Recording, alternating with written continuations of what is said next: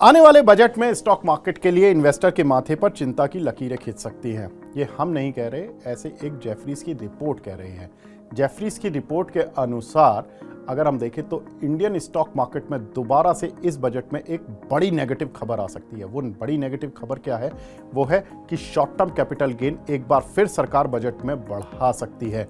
Already हमने देखा था कि पिछले बजट में, यानी कि जो जुलाई में बजट आया था, उसमें सरकार ने कैपिटल गेन टैक्स की जो दर थी वो 15% से बढ़ाकर 20% कर दी थी और लॉन्ग टर्म कैपिटल गेन की जो दर थी वो 10% से बढ़ाकर 12.5% कर दी थी।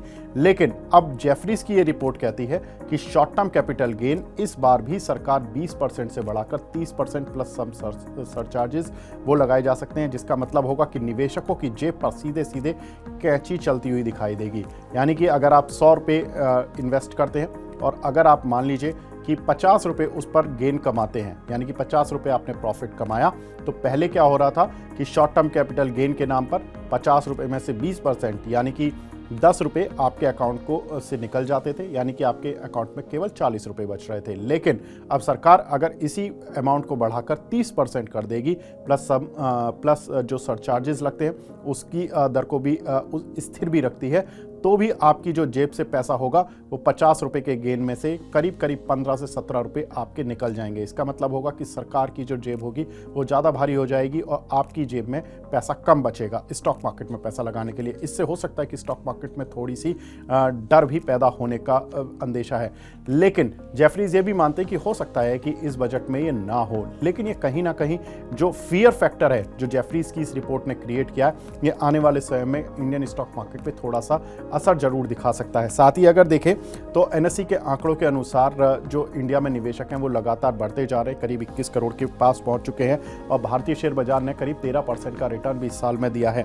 और अगर हम देखें तो जिस तरह से इंडियन स्टॉक मार्केट में कोविड के बाद से लगातार निवेशकों ने अच्छा पैसा बनाया, उसके बाद से सरकार की सीधी निगाह है और कई बार तो ऐसा भी हुआ है कि सरकार को खुद कहीं ना कहीं रेगुलेटरी अथॉरिटी के जरिए थोड़ा डर उनकी स्टेटमेंट में दिखाए कि जो छोटे इन्वेस्टर हैं वो फियरलेस होकर इंडियन स्टॉक मार्केट में इन्वेस्ट कर रहे हैं, जो कि जिस पर कि वो थोड़ा सा उनको लगाम लगाना चाहते हैं। लेकिन कहीं ना कहीं इससे बड़े निवेशकों को निवेश पर भी फर्क पड़ेगा और उनकी तरफ से भी जो पैसा होगा वो शायद थोड़ा सा कम आता हुआ दिखाई दे। लेकिन अगर हम देखें तो फिस्कल डेफिसिट जो कि भारतीय सरकार का एक बड़ा सरदर्द रहा है, उसको भी कम करने पर सरकार की तवज्जो रहेगी और उसको कम करने का एक ही तरीका है कि टैक्स का बोझ बढ़ाया जाए।